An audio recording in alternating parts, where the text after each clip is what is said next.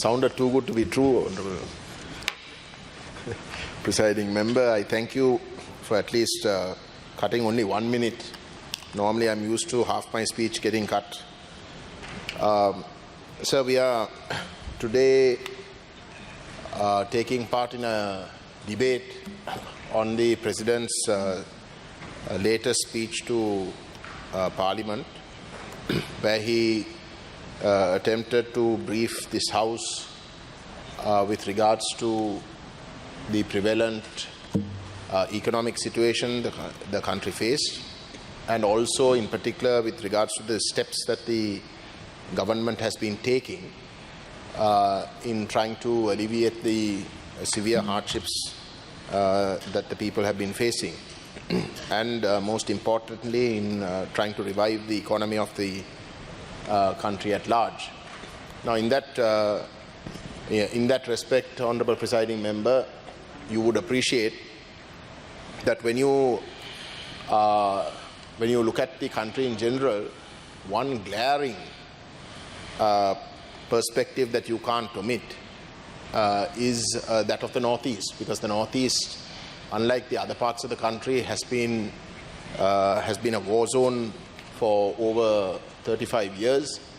It has been severely affected, and even before this economic crisis happened, soon after the war came to an end in 2009, what became quite obvious, and something that our party in particular, but many academics, many civil society leaders based in the Northeast have been saying repeatedly, is that governments since 2009 have failed the people of the Northeast, particularly because they came out of a war situation where after almost 35 years of having an economic blockade in that area where development was so severely stifled that they were not in a position to compete with the rest of the country. And therefore, governments, it was imperative, had to take note of that special status and to some extent protect the economies of those local populations so that they could be given some time for them to safeguard their economy, to allow it to grow to a point where they can compete with the rest of the country. So that was the sort of prevailing situation in 2009. Of course, not a single government since 2009 to date took those warnings, took the sort of advice that came from the ground, and instead those people were, the people of the Northeast, the Tamils in particular, were thrust deeper and deeper into a situation where they could not compete, where they went into a debt trap. Microfinancing in the Northeast was the first venture that the government permitted soon after the end of the war. So you can just imagine the calamity that the people had to face economically. Now, when these people in the Northeast after the end of the war, most of them got displaced, Honourable Presiding Member. I want to specifically mention some places in the Mullaitivu district, particularly in Kokuthuruwai West, places like Sinnakulam, Mundirigai Kulam, Amayan Kulam, Samban Kulam, Tattamalai Kulam, Parayanaru paddy fields, Suryanaraya paddy fields in Vavuniya North, Kokkachan Kulam, and Kachal Samlan Kulam. Now these areas, Honourable Presiding Member, around about 83, end of 83, December 83, 84, the military asked these people to vacate those areas. They asked them to vacate it because they declared those areas no man's land, and that they would be far too vulnerable to crossfire. And it was the Sri Lanka military that asked them to vacate. So these people got displaced. Entire villages, this list of villages that I read out, got completely displaced. And these people could not go back. This was in 1983-84. And the first time they were able to go back to those lands was in 2009 or 2010, whenever the government, of course, didn't allow anybody to return into the northeast because they kept them all in concentration camps in Vavuniya, as you will recall.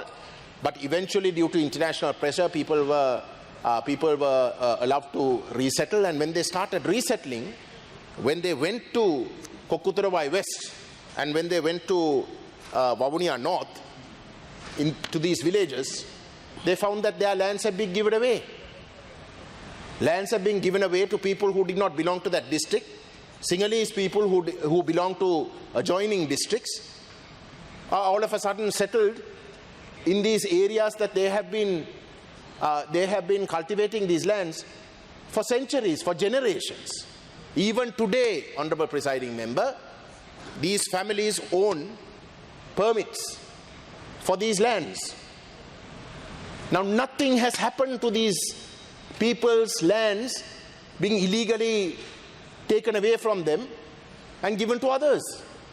At a time when they had just finished a war, when they were just trying to get up on their own feet, after almost 30 years of economic embargoes, after their lands were deprived of them, when they came back wanting to pick up the pieces, they are told that these lands are not theirs and it's someone else's.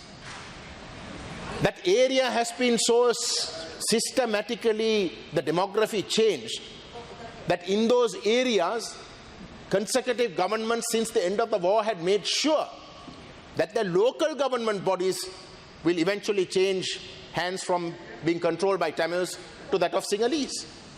Now, this is the reality that we face. But of course, these Sinhalization projects that took place, pauperizing the local population who had already suffered for over 30 years of war, where their economies had been embargoed, this happened in a blatant way under the Rajapaksas. Because they didn't care. Their form of Sinhala Buddhist nationalism, their form of racism, made it that they didn't care what the consequences were, what people thought about. But what is happening today? Now, this House has been debating, several members have been talking about, and in fact, the President, and in fact, the President had also talked about Kurundur Male Kaadu, where in a gazette in 1933, 72 acres had been identified as archaeological sites. Honorable Presiding Member, I am herewith tabling 5 documents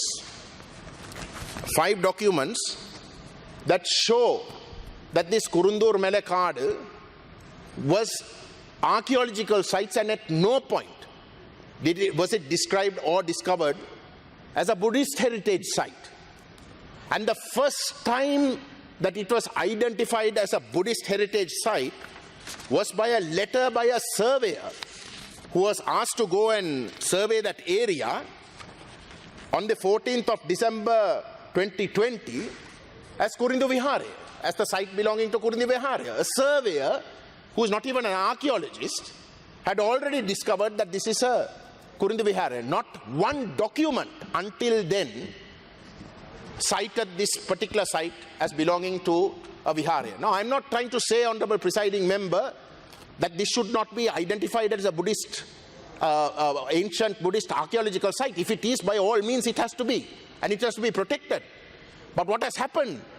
When courts gave orders saying that no new buildings should be built there, in breach of those court orders, the army went out to build a new Vihare, and now 230 acres of land, in addition to those 72 acres, is being demanded by the Buddhist clergy, like Ellavela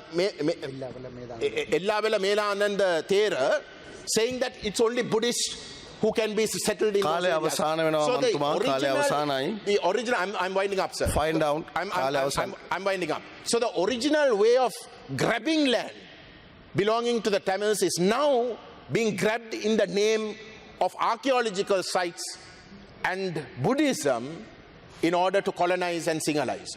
This is the worst thing that can happen to a people who have faced a war, who are coming out of that situation, when their lands to try and gain some form of income is being deprived them in this way, Honourable Presiding Member. Thank you, Honourable.